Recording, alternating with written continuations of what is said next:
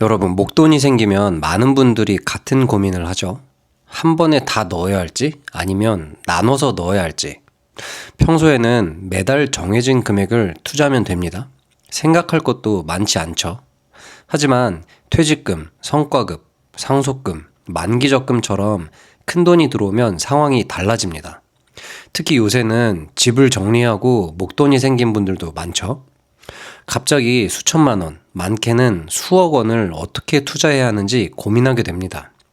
오늘은 목돈이 생겼을 때 제가 중요하게 생각하는 투자 원칙을 이야기해 보려고 하는데요. 먼저 알아야 할 사실이 있습니다. 통계적으로는 목돈이 생겼을 때 빨리 투자하는 게 유리한 경우가 많습니다.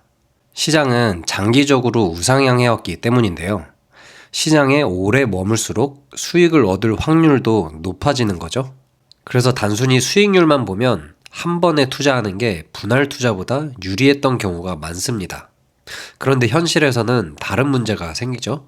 사람은 통계대로 행동하지 않잖아요. 예를 들어 1억 원을 QLD에 한 번에 넣었다고 가정해 보겠습니다. 그리고 일주일 뒤에 시장이 10% 하락했습니다. 계좌에는 1,000만 원 수준의 손실이 찍히겠죠? 그 순간부터 생각이 바뀝니다. 내가 잘못 들어간 건 아닐까? 이런 생각이 시작되겠죠? 그래서 목돈 투자에서는 수익률보다 더 중요한 것이 있습니다. 바로 투자 심리예요. 아무리 좋은 전략도 버티지 못하면 의미가 없겠죠? 저는 목돈이 생겼을 때 가장 먼저 하는 일이 있습니다. 그 돈을 투자금으로 생각하지 않아요. 우선 현금으로 받아들입니다. 당장 투자해야 하는 돈이 아니라 대기자금으로 생각하는 거죠. 많은 분들이 돈이 생기면 빨리 투자해야 한다고 생각합니다.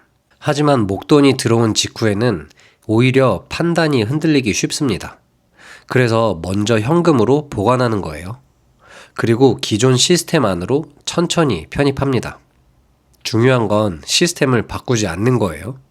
매달 100만 원을 투자했던 사람은 계속 100만 원을 투자하면 됩니다. 목돈이 생겼다고 갑자기 투자 방식을 바꿀 필요는 없어요. 오히려 목돈은 기존 시스템을 보조하는 역할을 해야 합니다. 예를 들어 시장이 횡보하고 있다면 평소 적립금에 추가 금액을 더할 수 있겠죠. 시장에 큰 조정이 온다면 그때는 더 적극적으로 사용할 수도 있습니다. 핵심은 목돈 때문에 투자 원칙이 흔들리면 안 된다는 점이에요. 그리고 또 하나 중요한 게 있는데요. 기한을 정해야 합니다.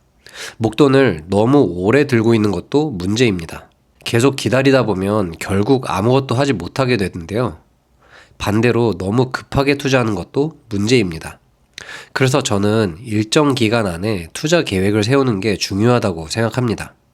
사람마다 다르겠지만 제 생각에는 대략 6개월에서 12개월 정도면 충분하다고 생각해요.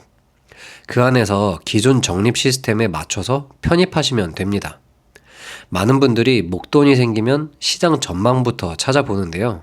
금리를 보고 뉴스를 보고 전문가의 전망을 찾아봅니다. 하지만 대부분의 경우는 그런 정보가 좋은 결정을 만들어주지는 않습니다. 오히려 더 많은 고민만 만들어냅니다.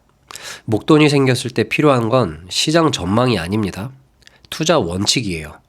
이미 사용하고 있는 투자 시스템이 있다면 그 시스템을 그대로 유지하는 게 정말 중요합니다. 목돈 때문에 갑자기 공격적으로 변할 필요도 없습니다. 목돈 때문에 갑자기 보수적으로 변할 필요도 없고요. 기존 원칙을 유지하면서 편입하는 게 가장 중요하다고 생각합니다. 결국 목돈은 특별한 투자를 해야 하는 이벤트가 아니에요. 기존 시스템을 더 강하게 만들어주는 자금입니다. 그래서 목돈이 생겼을 때 가장 위험한 실수는 투자 방법을 바꾸는 거예요. 가장 좋은 방법은 기존 시스템 안으로 편입하는 거고요. 시장을 맞추려고 하지 마시고 타이밍을 맞추려고 하지 마세요. 투자 원칙을 지키면서 천천히 편입시키면 됩니다. 장기 투자에서 중요한 건 한 번의 결정이 아니라 시스템을 오래 유지하는 능력이기 때문입니다. 여러분은 어떤 투자를 하고 계신가요?